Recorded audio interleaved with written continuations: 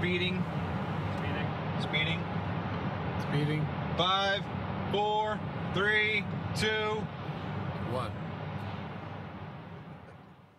The world is changing faster than ever. What used to take decades is now taking years or even months. What you see right now is the illusion that people have had for many decades about the workplace being this secure place to work the rest of your life. For the first time in the history of our nation, our children will not do as well as us. We've seen our friends get laid off. We've been laid off. We've had our pay cut. People are overworked and underpaid. They seem to have less time and less freedom. They live under constant pressure. This is going to be forced. And so even if your employer loves you, they may have to cut you. There's something wrong that on Monday morning, the heart attack rate increases by 35%. Technology is accelerating, job security is declining. It just doesn't seem like the old models of making a living are as reliable as they used to be. Every aspect of our lives, there's a better way out there, but we're still doing it the old way. We live in the greatest country on the planet, and there are a lot of people sitting around complaining and being cynical. Like everyone's whining about this old model, and I'm like, why don't you leave it? Look at all this over here. Look at all this opportunity. Since so much of our lives revolve around our work and the way we make our living, many people are thinking there just has to be a better way. The biggest challenge facing our world today is not making money. What are we going to do with all the displaced, unemployed people? People are afraid that they're going to make the wrong decision. People are afraid of the unknown. People are afraid that maybe I don't have the skills. Hey, sports fans, industrial age is over. It's dead. It's dying. That's why going to school to get a job is an obsolete idea. A steady paycheck is an industrial age idea.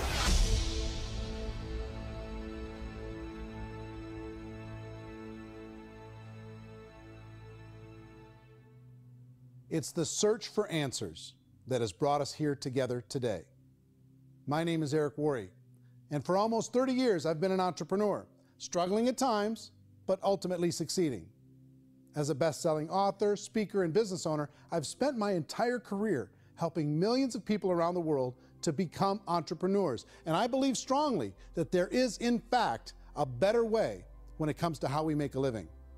The career landscape has changed dramatically, and many are still working in a model that is completely out of date. What worked for previous generations isn't working as well for people today. In this film, we're going to explore 3 important questions. First, what's really going on in our working world today? Second, in this new economy, is it better to become an entrepreneur, or is it safer to work for someone else? And third, if a person decides to become an entrepreneur and start their own business, how can they do it without taking on massive risk? To help in this journey, I've brought together some of the greatest experts and thought leaders in the field of entrepreneurship to share the real facts with you. My intention is to give you new information that will allow you to make choices that are not limited by an old, outdated model. Let's start by understanding what's going on in our working world today.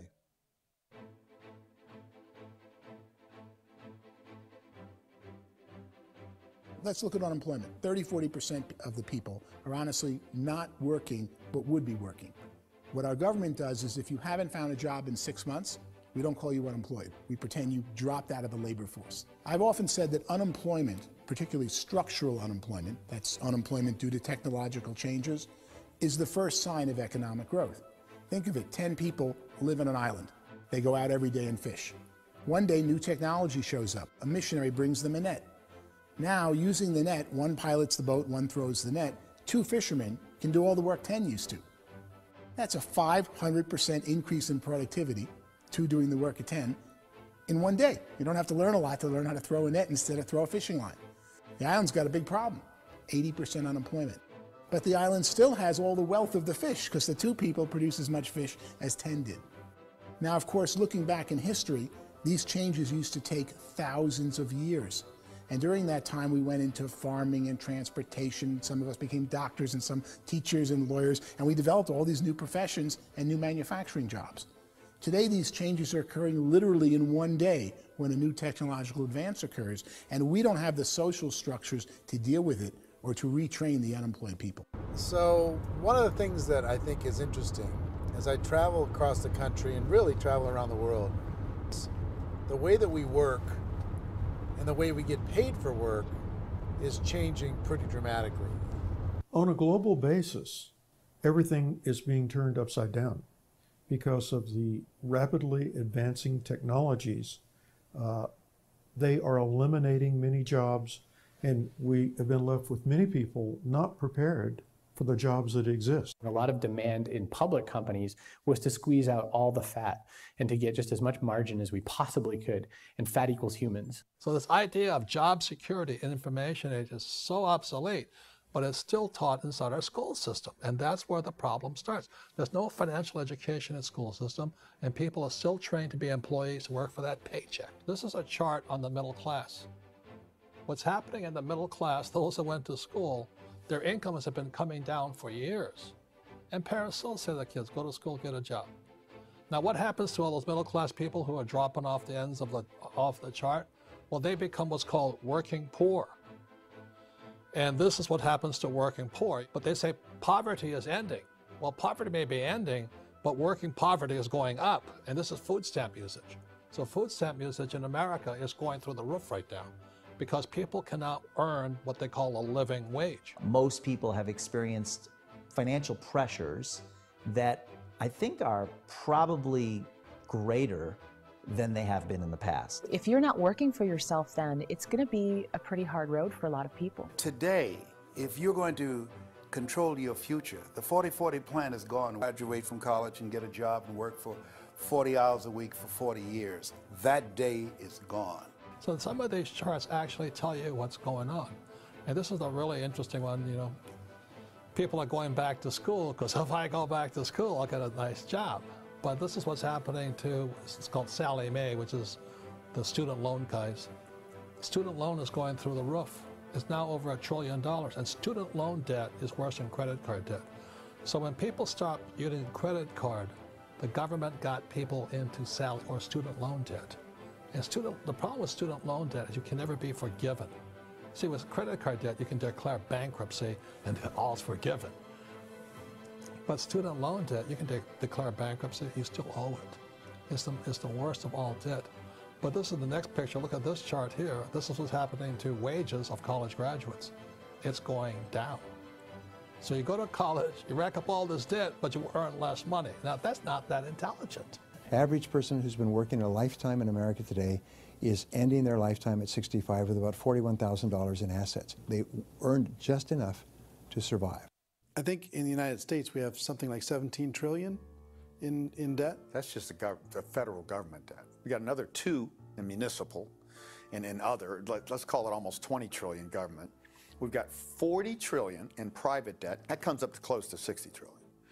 When you then add something we never had before, what you were talking about, when we look at the unfunded portion of Social Security and primarily Medicare, Medicaid, that at the most conservative estimates from outside firms, Kleiner Perkins, 67 trillion and growing. That's more than all our other debt. There's conservative estimates that say it's 84 trillion or higher. I added up conservatively $127 trillion in total debt. Debt is a financial drug. When you take it to excess, it's like taking a drug. Yeah, it makes you feel better, it enhances your performance, but at a huge cost, eventually it kills you. And so that's what happens. We keep doing more and more debt, and you get less and less results, just like a drug, until the debt gets so high that it crushes the whole system. That's where we're at, 8.2 times GDP. You know who I feel sorry for? I feel sorry for the person who dreads going to work, who is sick to their stomach on Monday morning, who hates their alarm clock, who gets a little glimmer of hope on a Wednesday because it's hump day and says, thank God it's Friday. And they live for those 2 days a week where they get to be themselves and they don't have to be around people they don't like, and they don't have to play the political game in the office, and they don't have to live this half life. The person that works 50 weeks a year just to be able to have the 2 weeks for vacation. And you know what happens to most of them nowadays? They don't have a vacation. They have a staycation.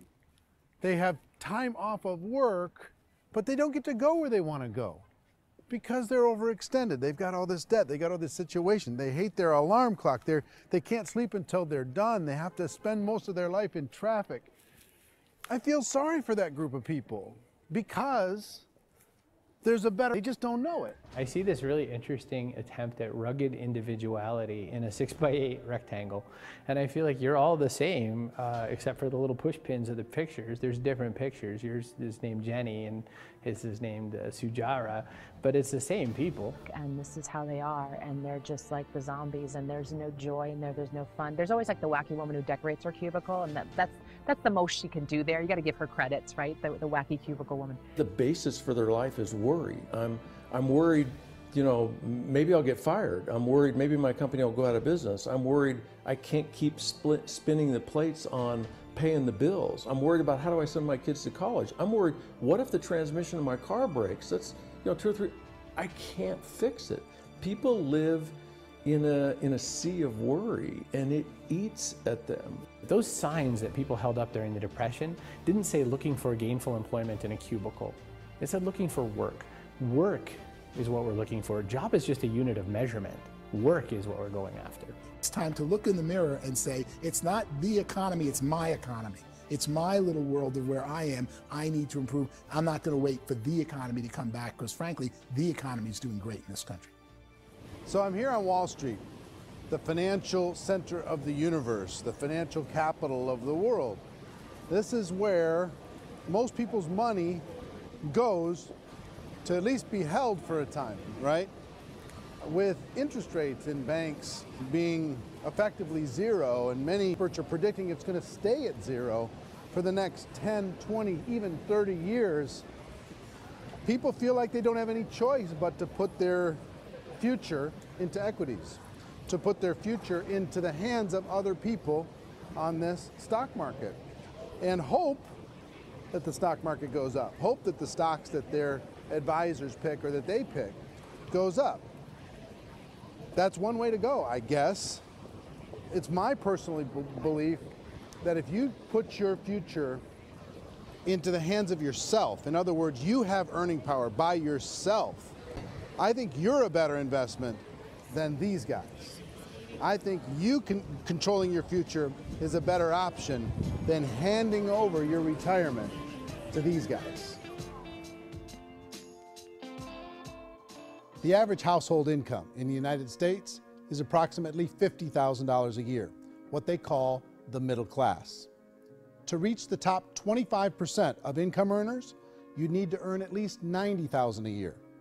To reach the top 10% would be a household income of $140,000, the top 5%, $190,000, and to be in the top 1%, you'd need a combined household income of at least $380,000 a year.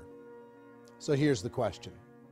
What do you think would give you the best chance to move up and get to the top 10%, the top 5%, the top 1% or beyond? In my opinion, and in the opinion of many, many experts, the answer is to become an entrepreneur, to become your own boss. I think you have to be a business owner. I can't, the only time I ever say to someone it'd be great to be an employee is when they've already told me they've surrendered. I only tell people who are wounded spiritually that they should be an employee. And it's that feeling when you pick up the backpack off the little Cub Scout and say, "Don't worry, little guy, we'll get you back to the camp." You know, it is in no way a kindness when I tell someone they'd be a great employee. The other status symbol really increasingly is lifestyle. I mean, people can own their own business, maybe even work out of their house. That, I tell you, people admire that, like, gosh, I wish I could do that. The spirit of the entrepreneur is to be a risk taker and to be resourceful and unstoppable and to have a vision of yourself beyond where you are and not willing to settle for life as it is. Think about the great entrepreneurs. They're visionary. They have heart. They're willing to do today what others won't so they can do tomorrow what others can't. Personally, I don't think of the new economy, the old economy. I create my own economy. The entrepreneur's in control. I decide what the economy is going to be like. In the world of entrepreneurship, there are no limits. You can make as much as you want, depending on how much you want to work and how smart you are and how great a team you put together. There's no more lifetime rewarding business than being an entrepreneur?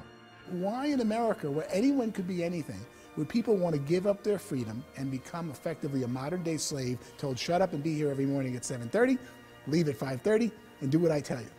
If people decide to become an entrepreneur and work for themselves, they have some traditional options, but they're riskier than you might think. Any kind of a retail business, retail build-outs, is extremely expensive.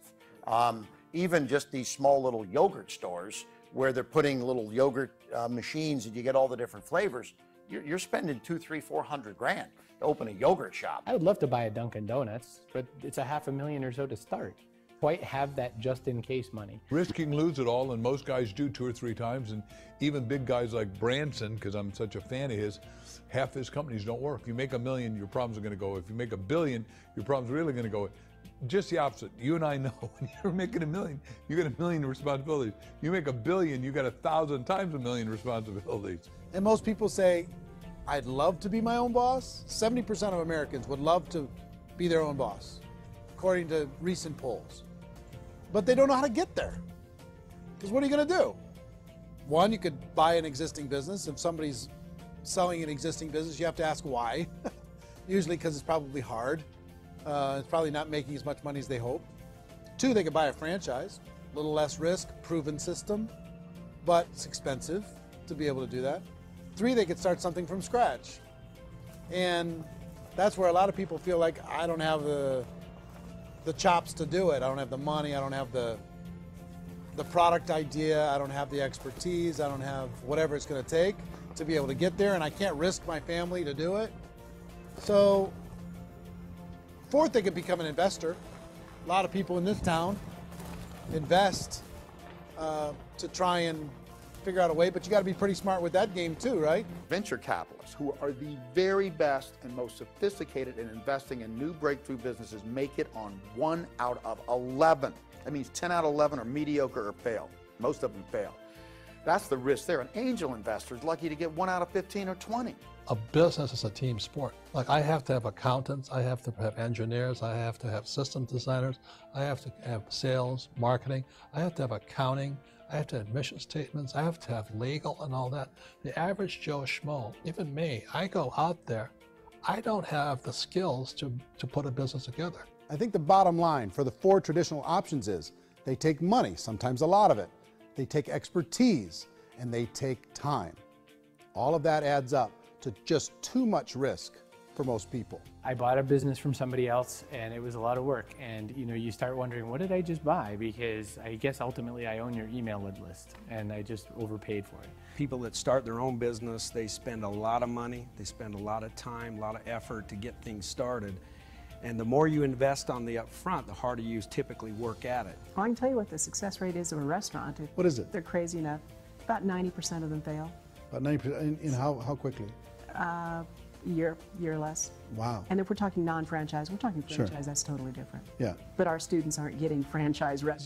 You got to invest big money. Exactly. And with someone like McDonald's, you've had to work with the company for a long period of time, really know the Even have a business. chance at investing $1 million. Have a chance, and it's a slim chance. What if there was a way that you had all the proven aspects, the comfort aspects, and you could still control your own life? What if there was both? In other words, you didn't have to create everything from scratch. You didn't have to be a super leader. All you had to do, what if there was a proven product already? You didn't have to create the product. And there's a proven system already, proven training already. Everything except an employer. That was the only thing that you didn't have. Do you think more people would to working for themselves in that environment?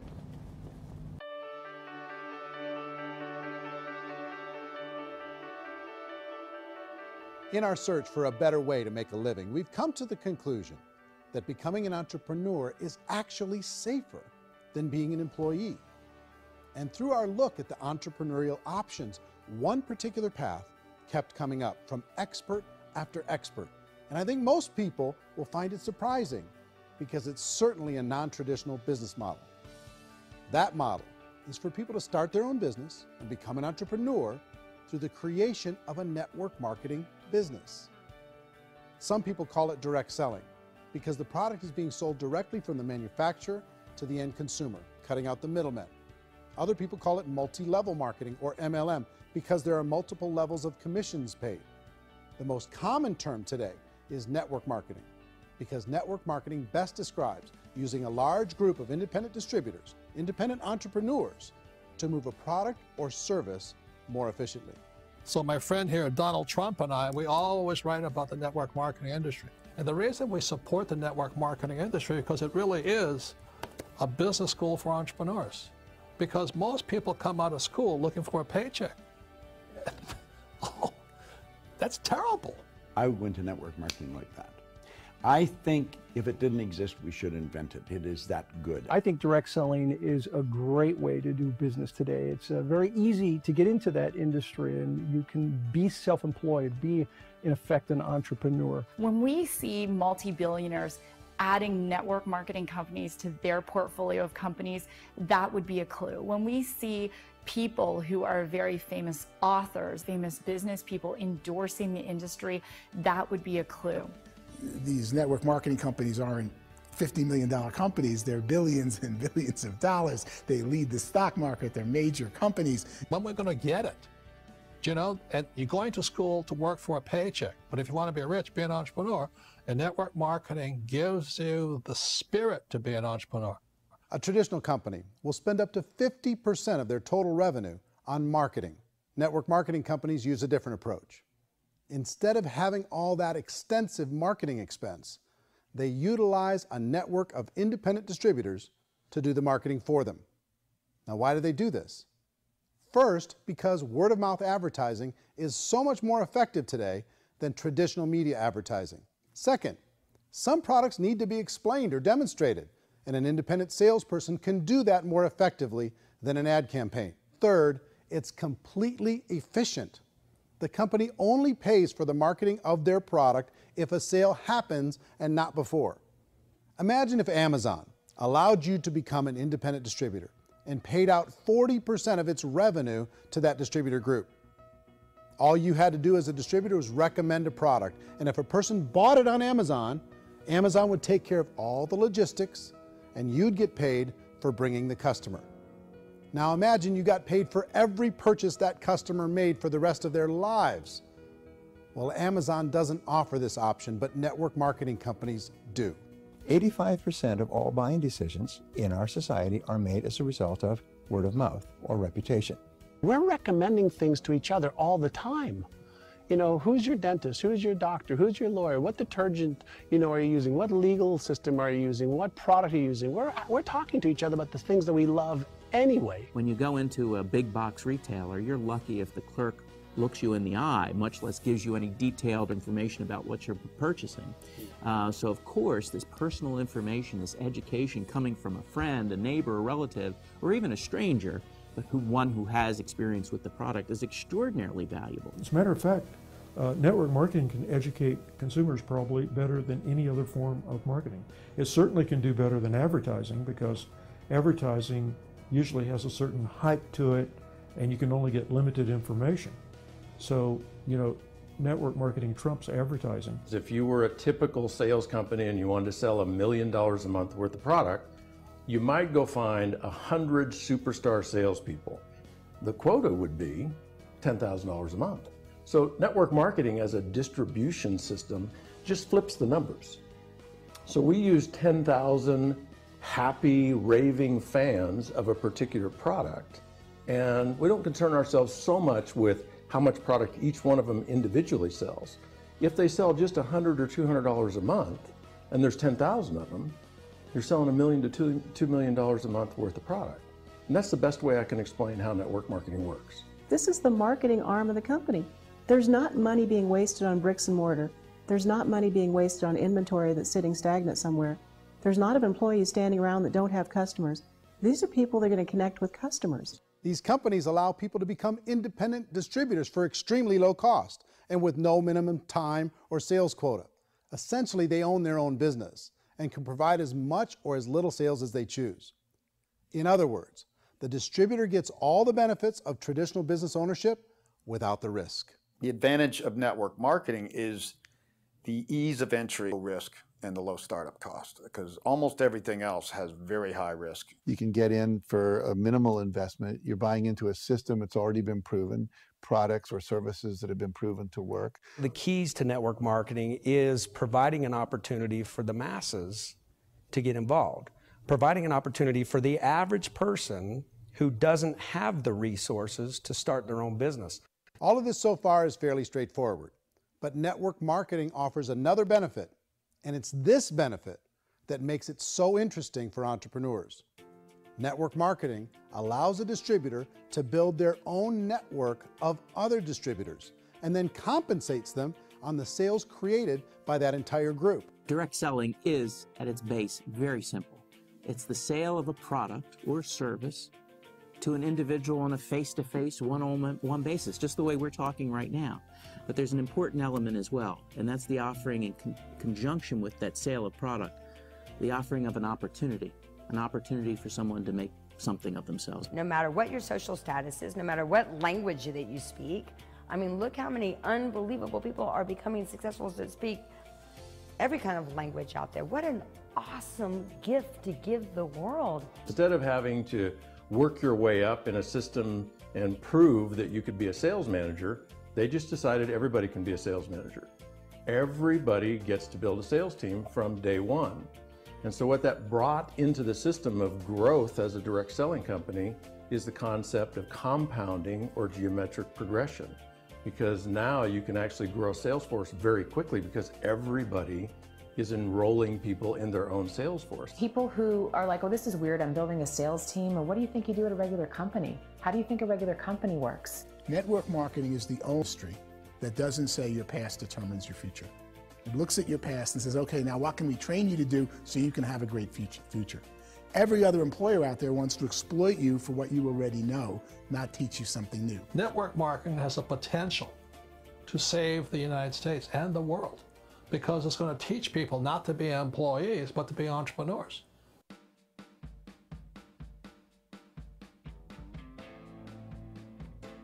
According to the Direct Selling Association, if you add up all the network marketing companies around the world, they combine to do over $178 billion a year in retail sales. To give you an idea of how big that really is, the NFL, the National Football League, does approximately $9 billion a year. The music industry does a little more than $16 billion a year, and the movie industry does about $80 billion a year. Using a conservative average, network marketing companies pay their distributors about 40% of that $178 billion in the form of commissions, which adds up to more than $71 billion a year. That's almost $6 billion a month. It's almost $200 million in commissions every single day. So it's certainly working, and people are making serious money in network marketing. With the growth of the direct selling industry over the last 10, 15, 20 years, we've seen a broader understanding of the channel. We have seen more and more people getting involved in the business, so our penetration in the marketplace has increased, and thus the understanding in the marketplace of who we are has increased. And we've seen non-direct selling companies look at the direct selling model and say, something's going on there. People are making money, companies are being profitable, individuals are being motivated, product is being delivered to market. Maybe we should explore this. Some people think only the people at the top make money. Well, let's take a look at that as well. In the network marketing profession, there are roughly 500 people in the world who earn over $1 million a year. If you round that number up to $2 million a year, that adds up to about $1 billion a year. That takes the $71 billion paid out each year down to $70 billion. So where does the rest of the money go? The vast majority goes to part-time people making anywhere from a few $100s a month to many thousands of dollars a month. It goes to people who choose to make it a full-time career move and earning even more than that. Every day, people are using the money they earn through network marketing to pay off debt, have more fun, and improve the quality of their lives. Everyone I know in network marketing has been doing that since the 50s. They go to work when they want to go to work. They stop working when they want to take time with their children to have a leisurely breakfast and discuss issues and drive them to school. They go back to work when they get home, wherever they're working out of. The biggest thing that I've seen is people that have become much happier in their life. MLM has probably made more millionaires of more people in more countries, and I've spoken to them in 67 countries, than any other single form of business, starting from nothing. If they have a choice between working a job for the next 10 years or working a network marketing business for the next 10 years, the result of working the network marketing business will be better. A lot of people within the industry go on and make this a career and do extremely, extremely well at it. Network marketing has been nothing but good for everyone I know that's been involved with it because they did it seriously and they've been very successful. It's been a constant barrage of success stories and people showing off stuff that they got as a result of it. How many people are involved? Approximately 16 million Americans and 96 million people around the world are currently participating in network marketing. And in a recent poll, 82% of those people report a good, very good, or excellent experience with network marketing. So people are happy.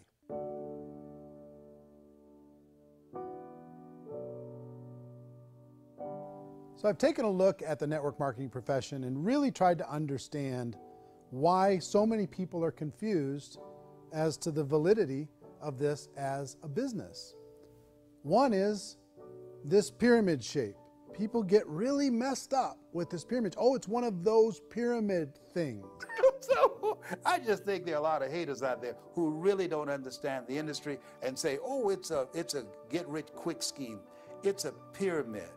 Well, corporate America is a pyramid scheme. You know what I mean? It goes like this. You have thousands of MBAs, let's say working for Ford or General Motors or Coca-Cola. If all these MBAs are all trying to get to here, that's a pyramid. Only one guy's going to make it. Every 10 years, one's going to make it. Whereas you look at network marketing, it's like this. So you're here, and your job is to develop other CEOs coming up behind you. So it's an inverse pyramid. In network marketing, it's a very simple concept. If you sell product, you get paid. It is paid based on production. There is no first mover's advantage. There is no investment component where the more somebody spends, the more they're entitled to make. So the two are polar opposites of each other. Doesn't matter what shape the company is, the compensation plan is shaped, whether it's a circle or a pyramid or a triangle or a trapezoid, it doesn't matter. If compensation is coming primarily from recruitment, then you've got a problem. On the other hand, if an operation is basing their compensation to participants on the basis of sales, even when those sales are generated by people you've recruited, well, then you're a perfectly legitimate enterprise. That's the legal test, it's the practical test. Another issue that's been true in the past that is no longer true now is people used to be in network marketing loaded up with products that they couldn't sell and they ended up a loser. They ended up with a bunch of product in their garage, they ended up with a bunch of products sitting in their kitchen shelves or whatever, and they thought they could sell it and then they weren't willing to or able to sell it and they ended up with a bunch of stuff and they were bitter about it. There was this thing called front loading where you had to buy if you bought $25,000 worth of product, you got better commissions and all this. Today, it's almost all done by computer. It's direct mail comes from a warehouse somewhere else. You don't have to have all this inventory. You don't have to stock up. It's a paperless world now. Most of it's done online. You have a back office. It really works. And I mean, the technology has changed everything. Third issue is people start talking about 99% of people in network marketing don't make any money. Well, we've talked about that over the course of this journey together.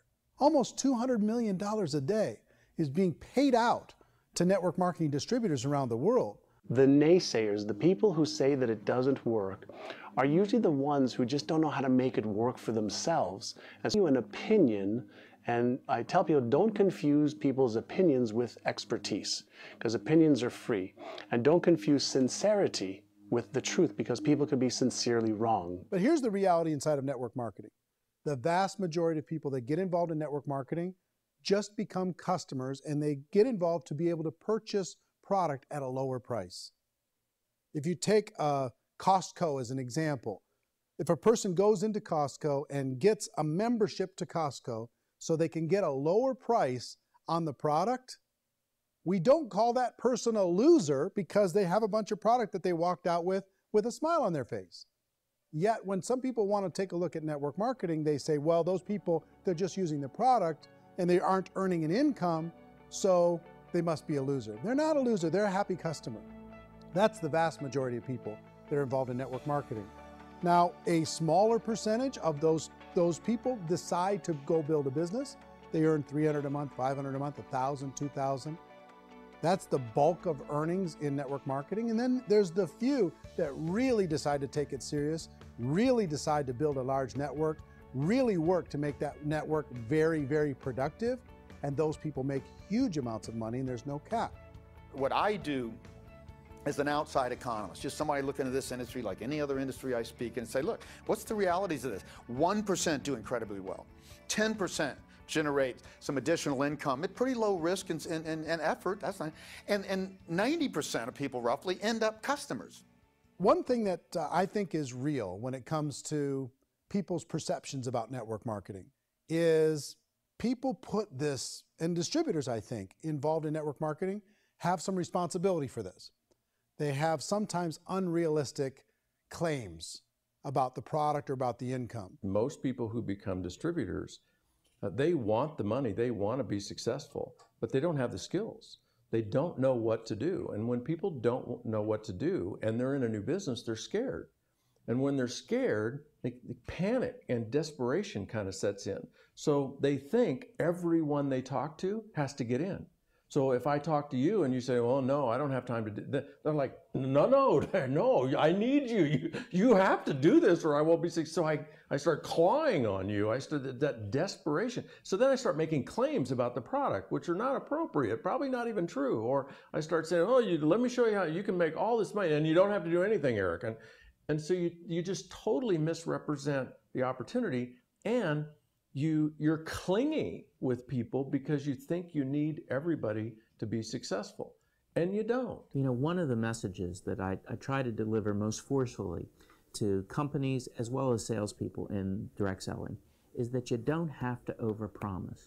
The reality is in network marketing, there's a lot of hard work involved. There's a lot of effort. You're going to have to develop yourself. It's a business like anything else. It's going to take some time, but in my opinion, it's better.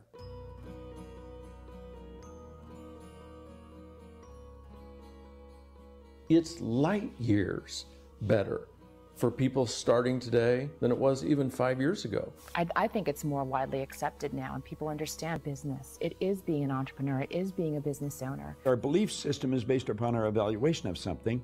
And frequently, if we reevaluate a situation, our belief about that situation will change. The industry has changed and it's grown up. It's totally transformed. You've got young people today that have grown up with social media, and they understand networks. They understand how people are connected through technology, and they understand how money flows through those networks.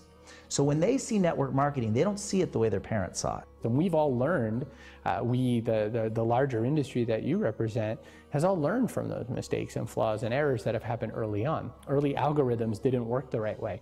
That's all fixed. It's like when they design a computer program, they design the program, then they run it, and then they go back through and they debug it.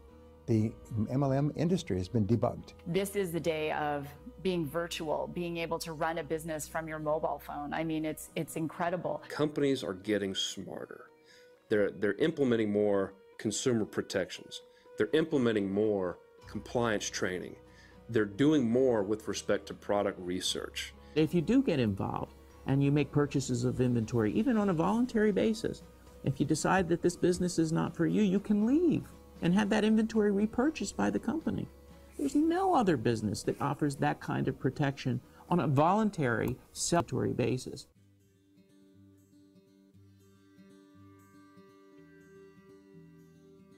If you decide to look further into a network marketing business in order to generate more cash flow for your family, I would recommend reviewing the following 4 elements.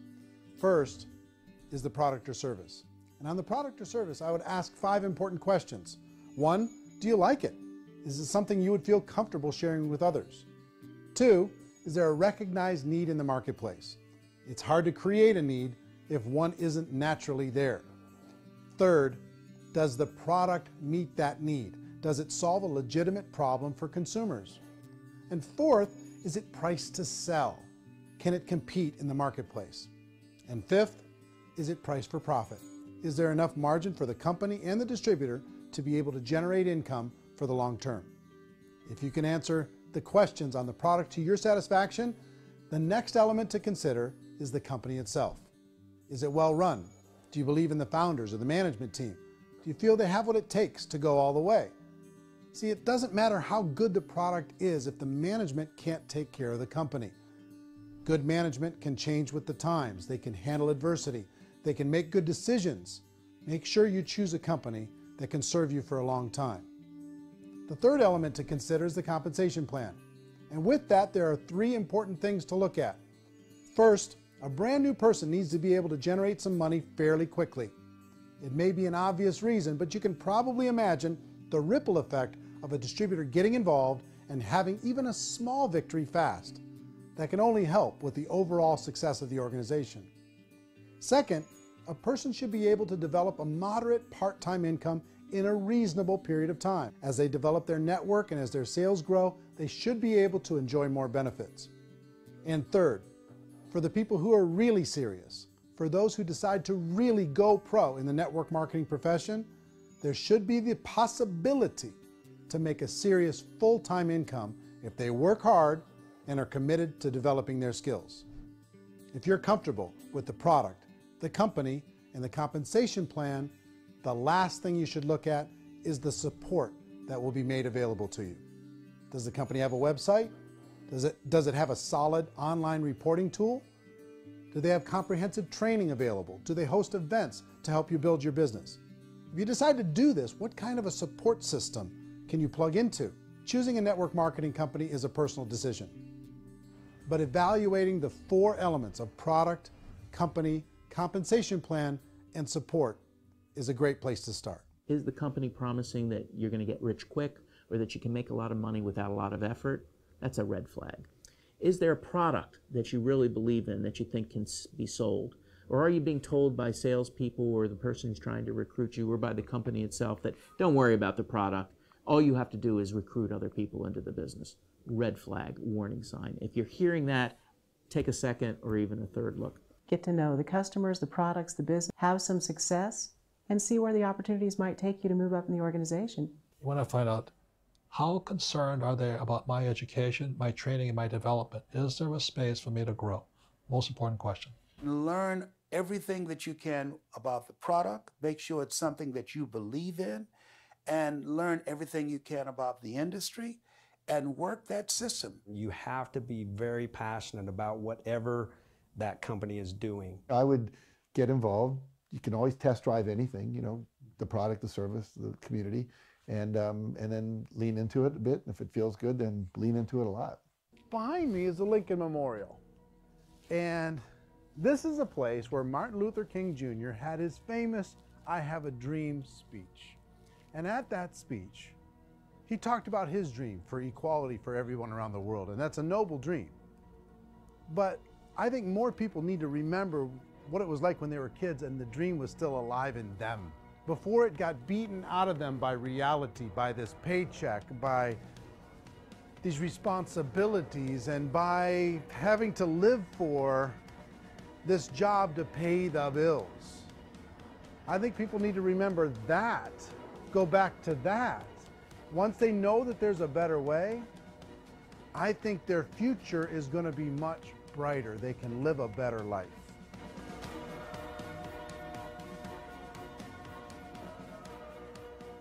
So if you're considering getting involved in a network marketing company, let me offer you just a few pieces of advice. First, network marketing isn't perfect. It's emotional, it's challenging. Like any entrepreneurial venture, it can have its up days and its down days. But if you have an entrepreneurial bone in your body, it's just better. Second, if you're gonna do it, decide to be professional. Decide to go pro. It's better to do that than just be this amateur sticking your toe in the water. Third, as any professional, you're gonna have to learn some new skills. And I promise you, inside of the network marketing profession, they're not too difficult to learn. Fourth, like anything worthwhile, it's gonna take some time. Don't expect that you're gonna get to the finish line right out of the gate. And fifth, it's worth it. It's worth it to be able to take charge of your life again. It's worth it to be able to control your own financial situation. It's worth it for the people you're going to be able to spend time with. It's worth it for the things you're going to be able to see and the experiences you're going to be able to experience. It's worth it for the causes you're going to be able to contribute to, the lives you're going to be able to touch, the customers you're going to be able to help, the friendships you're going to be able to develop. I promise you, it's worth it. Remember, most people are searching for answers just like you are. But I do have to tell you the catch to network marketing. If there is a catch, if you want to understand this from an emotional point of view, people say, well, it sounds too good to be true. It's not, it's hard work. But here's the catch. Most people still don't understand it. So you're going to have to endure the loss of social esteem from ignorant people. The uneducated will think less of you. Now, if you can handle that, you're on your way. It's going to destroy you. You know what? Entrepreneurship in general probably isn't in your future. If you can face that catch, you can become unstoppable. I want everyone to really contemplate this if they're not in network marketing. You're in a job, you probably have a mortgage, you have rent, you have debt, whatever's going on. You're in a prison. You work just hard enough to keep them from firing you, and they pay you just enough to keep you from quitting. Come on! I've been there, done that, and bought that t-shirt. In network marketing, if you run into failure, it's really just a homework lesson for yourself. There's no one to blame. You really have no excuse not to be successful. You just don't. People don't want to hear that, but there's so much available to you. If you want to be a good network marketer, be a student to the people above you, be a fellow traveler to the people on the same level, and be a teacher to those below, and know when it's appropriate to do which. People who are not afraid of asking people to buy things, or not afraid of persuading people with a chance they may say no, these people own the future. Nothing happens until something moves. So you got to go move, you got to go do something, or nothing's going to change in your life. In the beginning, you're going to do a lot of things that you don't get paid for. But as you go down the road, you get paid for a lot of things that you don't do. And your job is rehabilitate the spirit, the entrepreneur spirit in all of us. You get it back. Either give it a strong yes or a strong no, but no wishy-washy, dilly-dally stuff in the middle. There's dreams and there are nightmares, but I believe that the biggest nightmare of all is when you don't pursue your dream. You're going to see some monumental growth in this profession. It's an exciting, exciting time to be involved with the network marketing profession. The next 10 years, I see just exponential growth. When that tipping point comes, it's not a matter of asking somebody, have you ever heard about network marketing? You're really asking them, which company are you building your wealth in? We are here to fix the world, to improve with other people, to improve other lives. And the real reward comes as an entrepreneur in any level from teaching somebody something and watching them soar. There is no greater reward.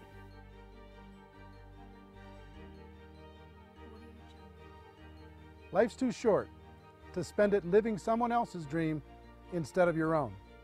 It's too short to spend it living at a fraction of your potential.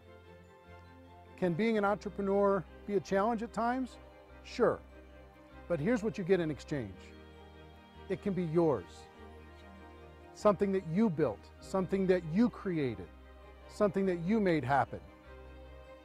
This balloon represents your dream. It represents entrepreneurship.